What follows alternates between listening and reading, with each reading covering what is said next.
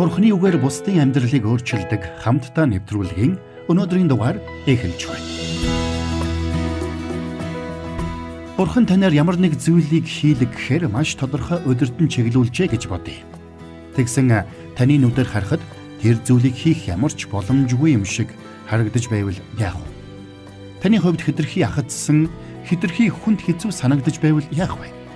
Ихэнх тохиолдолд бид ийм байдалд орохдоо Бурхны тушаалыг үнэн зөв эсэхэд эргэлзэж эхэлдэг. Тэгвэл өнөөдөр доктор Стенли бидэнд нэгэн чухал үннийг сануулах гэж байна. Юу гэвэл Бурхан бидэнд ямар нэгэн ажлыг даалгасан бол ямар ч тохиолдолд бидэнд тэр зүйлийг хийх нөөц бололцоог хизээд хангаж өгдөг байна.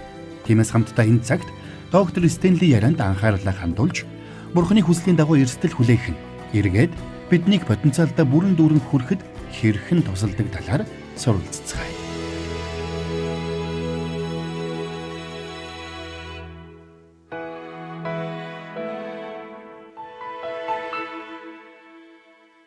Бурхан биднийг эрсдэл хүлээгээсэй гэж хүсдэг үү? Эсвэл амьдралынхаа аливаа талбарт ямагт эрсдэлгүй байгаасай гэж хүсдэг үү?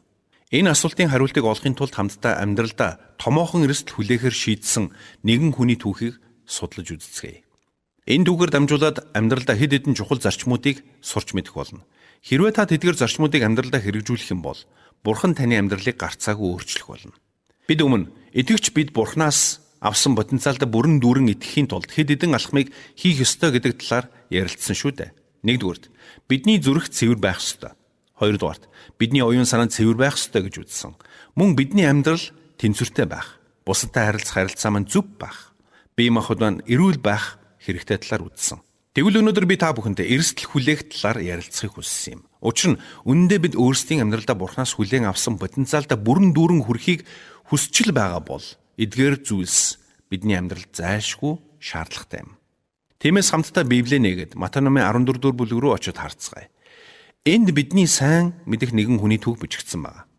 Товчхон нэмэлт тайлбар өгөхөд бидний одоо унших үйл явдлыг болохоос өмнөх Есүс үе олон эмэгтэйчүүд хүүхдүүдээс гадна 5,000 эрчүүдийг хоолсон байсан.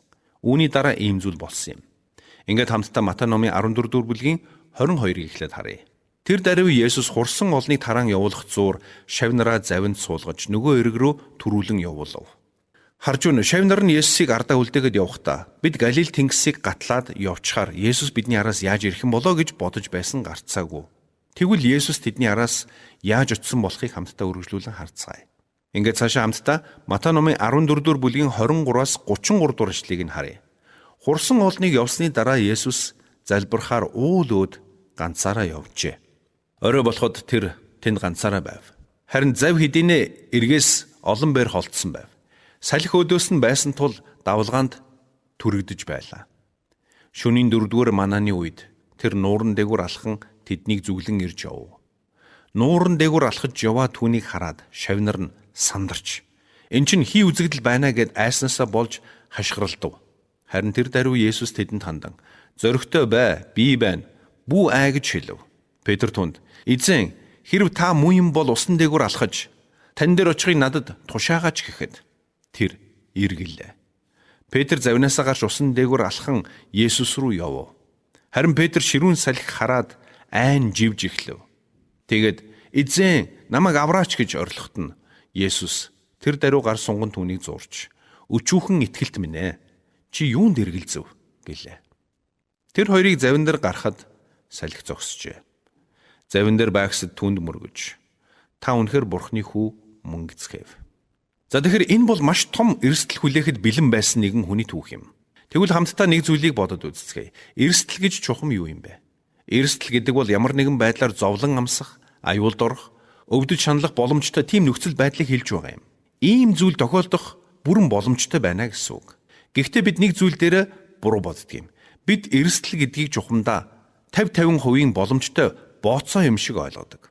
Тиймээс нэг хэсэг нь юу ч бодлого эрсдэл хүлээх гэж оролддог бол нөгөө хэсэг нь эрсдэл хүлээхээс байдгаараа зайлсхийдэг юм. Тэгвэл бид нэг зүйлийг сайн ойлгох хэрэгтэй. Юу гэвэл эрсдэл гэдэг зүйл нь итгэлтэй маш нэгт холбоотой байдаг юм а гэдгийг. Та бодод үзээрэй. Бид бүгдээрээ итгэлийн амьдралдаа Бурхныг дуулууртай дагах гэж хичээж явахдаа их бага ямар нэгэн байдлаар эрсдэл хүлээж байсан шүү дээ. Учир нь Бурхан бидэнд ямар нэгэн ажлыг маш тодорхой даалгаж байсан ч тэр ажлын цаана ямар нэгэн эрсдэл байгаа гэдгийг бид бүгд мэдэж байдаг юм.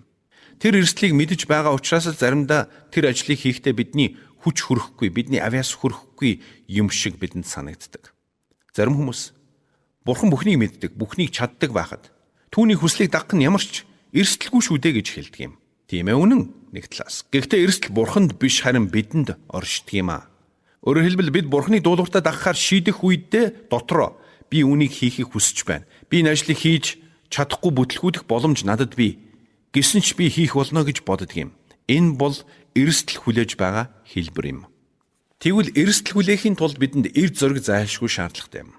Тэгвэл жинхэнэ эр зориг хаанаас ирдэг вэ? Жинхэнэ эр зориг бидний Бурханд итгэх итгэлээс ирдэг юм. Бурханд итгэх итгэл бидэнд Бурханы төлөө эрсдэл хүлээх эр зоригийг өгдөг юм. Энэ л итгэл биднийг энгийн үед хизээж зөвлөхгүй байх байсан тэр зүг рүү алхуулдаг юм. Тэгвэл бидний сая унсан Петрийн түүхч мөн бидэнд үүнийг батлаж байна. Эрсдэл хүлээхийн тулд бидэнд эр зориг хэрэгтэй. Харин эр зоригтой байхын тулд бидэнд итгэл байх хэрэгтэй. Бидний хувьд Бурханы даалгасан ажлыг хийхээр зориглох үедээ дотроо би үүнийг хийж чадахгүй бол яах вэ? Бүх зүйл миний төлөвлөсөн шиг болохгүй бол яах вэ гэж боддог. Үндэ ингэж бодоход ямар ч буруу зүйл байхгүй. Учир нь бидний сул дорой гэдгийг биднийг эргэлздэг гэдгийг Бурхан сайн мэднэ. Харин ийхүү эргэлзэх үедээ бид хаашаа харах вэ гэдэг л чухал юм шүү. Хэрвээ бид эргэлзээндээ автан Бурханаас хараагаа салгах юм бол живжиглэх болно. Яг л Петр эзэн Есүсээс хараагаа салгах мөчөд живжиглсэн шиг. Харин эсвэргээр Бурханд бүрэн итгэх шийдвэрийг гаргах үед бид цаашаа алхасаар байх болно. Тэгвэл хамтдаа Петрийн жишээнээс хэд хэдэн зүйлийг бодож үзцгээе. Петр болон түүний найзууд шуурган дунд завьяас илүүрдэн явж байсан. Гэтэл Есүс усан дээгүүр алхасаар түүн рүү ойртон ирж байсан юм. Үүнийг харсан Петр юу хийсэн бэ? Уг нь Петр та Есүс мөн үү? Мөн бол хурдан хүрээд ирээч завин дээр гараад ир гэж хэлж болох байсан. Гэвч Петр тэгээгүй. Харин ч хэрвээ та Есүс мөн бол намайг тань руу очихыг тушаагаач гэж хэлсэн. Яг юу бодож ингэж хэлснийг би мэдэхгүй. Гэхдээ миний бодлоор Петр Есүс Христийг хараад таньсан байна. Тэгэд Есүсийг жирийн хүн хийх боломжгүй зүйлсийг хийж байгааг олж харсан. Магадгүй тэрхэн мөчөд тэр дотор хэрвээ Есүс усан дээгүүр алхаж чадаж байгаа бол магадгүй намайг ч бас алхуулж чадах юм биш үү гэж тэр бодсон. Тэгээд тэр завнаасаа буугаад усан дээгүүр алхаж эхэлсэн. Өөрөөр хэлбэл хүний нүдээр харахад ямар ч боломжгүй зүйлсийг хийх эрсдлийг Петр хүлээсэн. Гэхдээ тэр харцаа зөвхөн Есүс Христ рүү хандуулсан учраас тэр боломжгүй зүйлсийг боломжтой болгож чадсан юм. Хүмүүс Петрийн тухай бодохдоо Петр Есүсийг үгүйсгэсэн. Петр усан дээгүүр алхах гэж байгаад живсэн гих мэтэр ярьдаг. Тийм ээ, үнэн. Гэхдээ би нэг зүйлийг хэлмээр байна. Энэ бол Петрийн мөн чанар нь. Петр угаасаа эмэл хүн. Тэр бол Есүсийн үйлдэлийг засах гэж оролцсон цорын ганц шавь байсан юм. Матай номын 16-гийн 22-ыг гаргаад харах юм бол өөрийнхөө үхлийн тухай ярьж эхлэх үед Петр түүнийг хажуу тийш нь аваачаад эзэн минь таныг Бурхан энэрэг ийм юм танд хизэж бүү тохиолдог гэж зэмлэж эхэлсэн байдаг. Та бодоод үзтээ Петр Бурханд юу хийх ёстой, юу хийх ёсгүйг нь заах гэж оролцсон байна шүү дээ.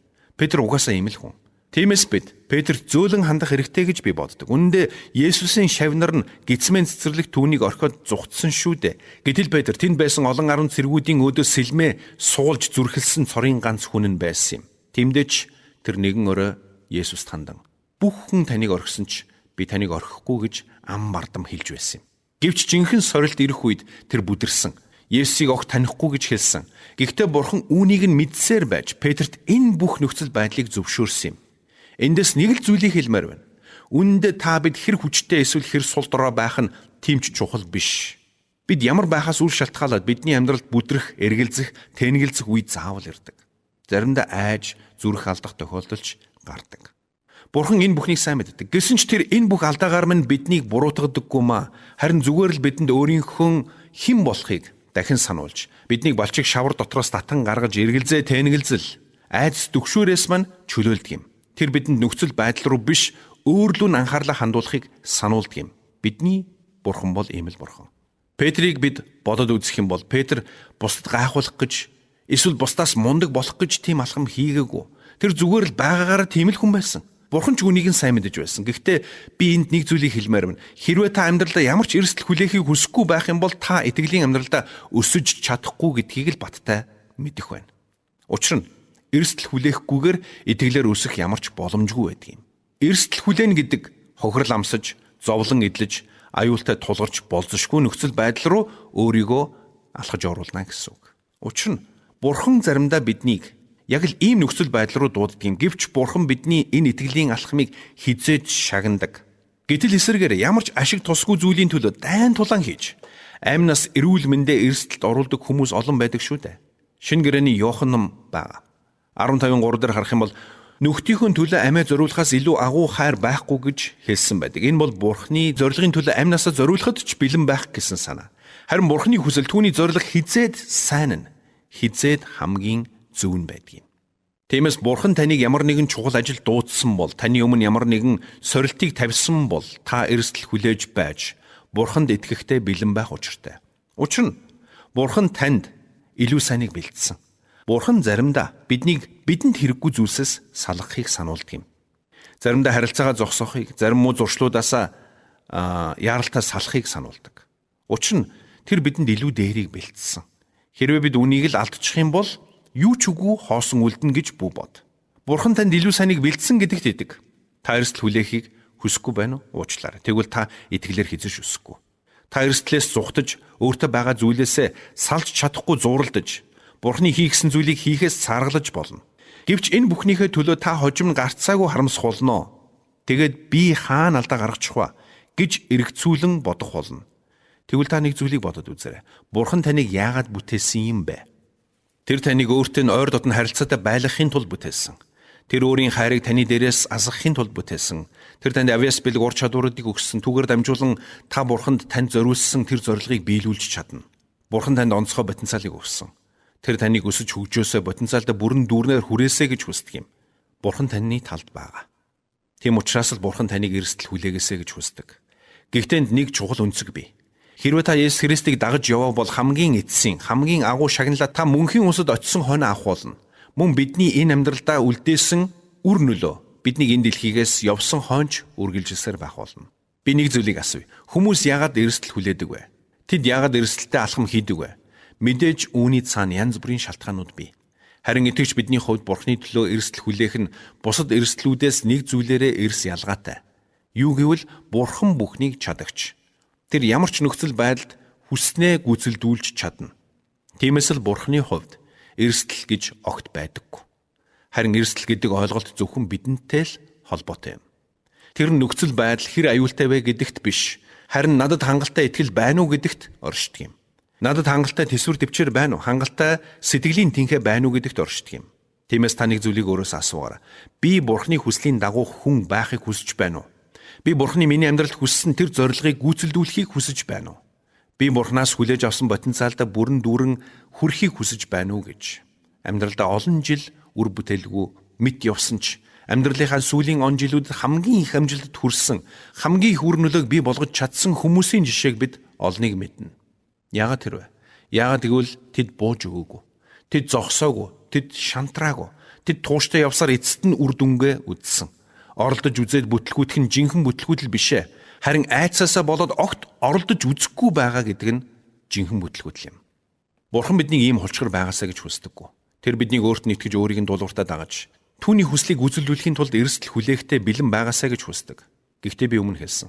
Тухайн эрсдэл бол үнэндээ зөвхөн бидний хувьд л эрсдэл юм. Харин Бурханы хувьд л эрсдэл огт биш. Тэгвэл хамтаа нэг зүйлийг бодоод үзье. Бид сая Петрийн тухай ярьлаа. Тэгвэл Библиэд Бурханы өмнө тавьсан зорилгоо хүлээн авч эрсдэл хүлээсэн өөр олон хүн бий. Жишээ нь Авраам байна. Авраам ямар эрсдлийг хүлээсэн бэ? Бурхан Авраамыг төрсөн нутгаа төрөл садангаа орхиод өөрийнх нь Авраамд харуулах газар руу явахыг тушаасан. Авраам тэр газар руу яг яаж явахаа мэдэхгүй байсан. Тэнд хүрэхээр явах замд өөрт нь юу тохиолдохыг ч мэдэхгүй байсан. Гэвч тэр эрсдэл хүлээж тог тухтай амьдралд аюулгүй байдал бүхнээ хойш тавиад Бурханы өдөрдмжийг дагсан. Түүнд ямар ч луужин, ямар ч газрын зураг байгаагүй. Түүнд өмнө бэлэн тавьж өгсөн наривчилсан төлөлгөөч огт байгаагүй. Тэгвэл заримдаа Бурхан бидний өмнө ч яг ийм л сорилтыг тавьдаг. Биднийг ямар ч газрын зураггүйгээр ураг шалгахыг тушаадаг. Биднийг алхам бүрт маань өдөрдөн чиглүүлдэг. Ариун сүнсний өдөрдмжаас ямар ч өөр өдөрдмжгүйгээр биднийг эрсдэлтэй замаар алхуулдаг. Үндэ Бурханыг дуулууртаа дагна гэдэг заримдаа биднийг маш их эрсдэл хүлээх нөхцөл байдал руу хөдөлдөг юм. Авраам бол үүний тод жишээ. Гэхдээ тэр ямар шагнал хүртсэн бэ? Шагнал нь тэр бүхэл бүтэн үндэстний өв болсон. Харин тэр үндэстнээс нь хожим Месая буюу аврагч эзэн Христ мэндэлсэн. Үүнээс илүү агуу бэлэг бий гэж юу? Цаашлбал Мөсө байна. Мөсө ямар эрсдэл хүлээсэн бэ? Тэр Египт хүний амьд хүрсэн учраас Египтээс сухтан гарсан. Тэр шоронд орохгүй тул цүл 40 жил хонь хариулсан. Гэвч нэг өдөр бурхан түүнтэй шатаж буй бутан дундаас ярилцаж түүнийг Египт рүү буцаж явахыг тушаасан. Зүгээр нэг чимээгхэн буцаж очиод амьдргээгүй. Харин фараоны өмнө очив. Фаронд очиж олон 100 жил Египтэд боолчлогдсон түүний ард түмэн болох израилчуудыг сулж тавьж явуулахыг шаардах ёстой болсон. Тэгэд түн тусалцаа болгож юу гсэн бэ? Аарон хэмээх ахыг нь хамт явуулсан. Гарт нь нэг л саваа атгуулсан. Энэ бол Бурхны агуу хүчрхэг их цэргийн өөдөөс эсэргүүцэл үзүүлж чадахгүй зэвсэг биш шүү дээ. Тэгвэл Мөсө эрсдэл хүлээсэн байна. Тэр фараон дээр очиод амиа алдаж болох байсан. Фараон хуруугаараа ганцхан дохиход л Мөсө амиа алдаж болох байсан. Гэхдээ шагнал нь юу байсан бэ? Тэр еврей хүүхдүүдийн амийг аварсан. Тэр Израиль үндэстнийг боолчлоос чөлөөлсөн. Түүнийг гэрчлэл хуучин гэрээний хамгийн агуу гэрчлэл болсон. Цаашлбал Гидеоныг дурдж болно. Бурхан Израильчуудыг Медианы дарангуулаас чөлөөлөхийн тулд Гидеоныг дуудсан. Учир нь Медианчууд Израильчуудыг хаа сайгүй дарлан дээрэмдэж тонож байсан юм. Тиймээс Израильчууд хад асханд нуугдан амьдарцгааж байсан. Тиймээс Бурхан Гидеон дээр очиод ингэж хэлсэн. Шүүгч номын 6 дугаар бүлгийн 12-ыг харах юм бол эзний тэнгэрлэгч түүнд үзэгдэн эрлэхэг хүчит дайчин минь эзэн чамтай хамт байна. Хариуд нь Гидеон юу гэж хариулсныг та мэдэх үү? Би эрлэхэг хүчит дайчин биш ээ. Надад авьяас чадвар байхгүй. Миний гэр бүл нэр нөлөөгүй. Тэр зүсэн бүрийн шалтгааг тоочж эхэлсэн. Гэсэн ч Бурхан түүнд эрсдэл үүрч Медианчууд болон Амалекчуудаас Израильчуудыг чөлөөлөхийг даалгасан. Ингээд аргагүй байдалд орсон Гидеон Израилийн ирчүүдийг цуглуулan улмаар 22,000 орчим цэрэг цугларсан. Гэвч Бурхан үүнийг хараад Гидеонд хэтэрхий олон байна. Гол дээр цэргүүдээ аваачиж ус суулга. Өвдөглөж суугаад тонгоон ус ууж байгаа цэргүүдийг бүгдийг нь гэрт нь буцаа гэж тушаасан. Ингээд Гидеоны мэдлэлд 300 цэрэг л үлдсэн. Тэгээд Бурхан түүнд хэлсэн. Чи энэ 300 хүнээ дагуулад тэдэнд шавар вар, бамбар, бүрээ бариулаад дайснууд руугаа оч гэж хэлсэн. Тушаасан. Тэдний өмнө хэр олон дайсан байгаа Гидеон сайн мэдэж байсан. Үндэ тэдний эсрэг талд тоолж баршгүй олон дайсан байсан юм. Шүүгч номын 7:12-ыг харах юм бол энэ дэр ингэж хэлсэн байгаа. Медианчууд, Амалекчууд болон дорны бүх хөвгүүд хөндийд царцаа мэт олноороо ханаран байв. Тэдний тэмээнүүд нь далайн эргийн элс мэт тоо томшгүй олон байв. Та төсөлж байна уу? Гартаа шавар вар, бамбар, бүрээ барьсан 300 цэрэг дагуулад тоо томшгүй олон дайснуудынхаа өмнө байлтахаар явж байна гэд бодод үзтээ. Бурхан тэдэнд вара хаг шидэж, бамбараа гартаа бариад бүрээгээ үлээ гэж тушаасан. Шавар вараар хідэн дайсан хөнөөж чадна гэж та бодож байна. Энэ бүхэн ямар ч утга учиргүй мэт сонсогдож байсан гарцаагүй. Гэхдээ л Гидеон тэр эрсдлийг хүлээсэн. Үр дүнд нь дайснууд нь сандрал автан тэд өөр хоорондоо тулдаж өөрсдийгөө сүрүүлсэн. Эцэст нь Гидеон 40 жилийн туршид Израилийг амар тайван дотор шүүлсэн. Израиль даяар амар амгалан тогтсон байна шүү дээ. Мөн цааш нь харъя. Персийн хааны гараар Израильчуудыг хөнөөлөхийг хүссэн Хаман гэгч нөхрийн түүхийг та санаж байгаа бах. Тэр хүн Израильчуудыг үзэн яддаг байсан. Тиймээс тэр Израильчуудыг устгах хорон төлөвлөгөөг боловсруулсан. Тиймээс Израильчуудыг аврахын тулд Эстер хатан эзэн хаантайгаа очиж уулзах ёстой болсон. Тухайн үеийн хуулиар эзэн хаан дээр зөвшөөрлөгөө орж ирсэн хүнийг хааны хатан байсан ч хамаагүй цааслах хуультай байсан. Гэсэн ч Эстер эрсдэл хүлээж бүх Израильчууд миний төлөө 3 хоногийн туршид мацаг барин залбир, дараа нь би хаан дээр очиж ард түмнийхэн төлөө хүсэлтээ илэрхийлэх болно. Хэрвээ би үхэх ёстой бол үхье гэж тэр хэлсэн. Эстер хатан ийхүү амь насаараа эрсдэл хүлээсэн юм а. Гэвч үр дүнд нь юу болсон бэ? Тэр ард түмнээ аварсан. Ийм жишээ олныг дурдж болно. Хэрвээ та бурханлаг амьдралаар амьдрахыг хүсэж байгаа бол та гарцаагүй эрсдэл хүлээх ёстой болно. Хэрвээ та бурхны хүслийг биелүүлэхийг хүсэж байгаа бол та гарцаагүй эрсдэл хүлээх ёстой болно.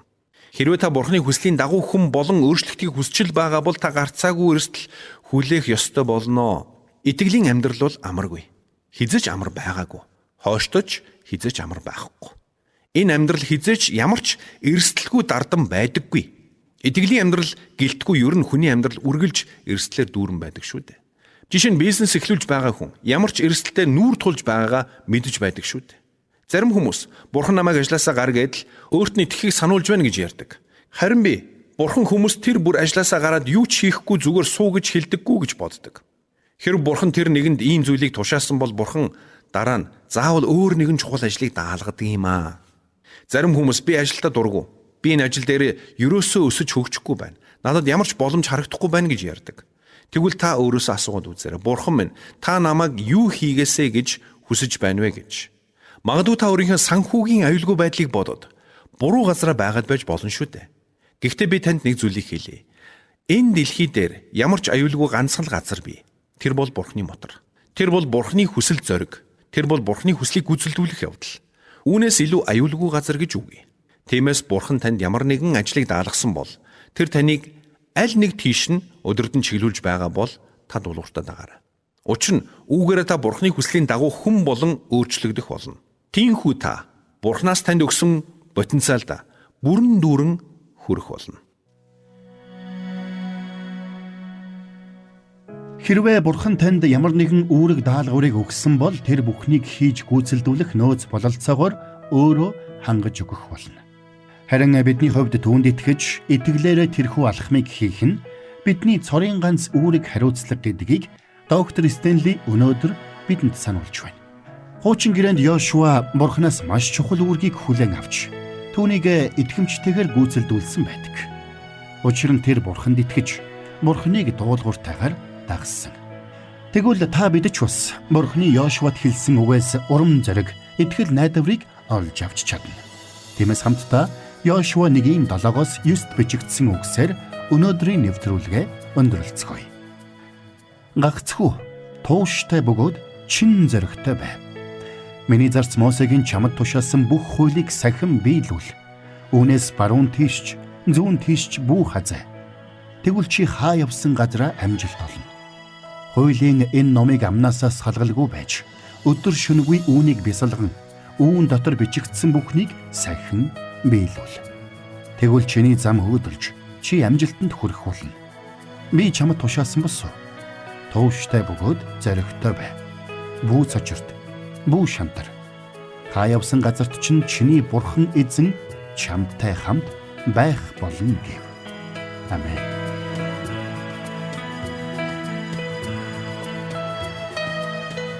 Бурханд тэмүүлсэн сэтгэл хүмүүсийг энэрх зөрхөөр амьдрахад туслах номлогч доктор Чарлз Стенлигийн хамттай нэвтрүүлэг сонсогч танд хүрлээ. Нэвтрүүлгийг дахин сонсохыг хүсвэл Итгэл радио.com-оор зочлоорой. Бидэнтэй холбогдохыг хүсвэл 8085 99 тэгтэг дугаард хандаарай.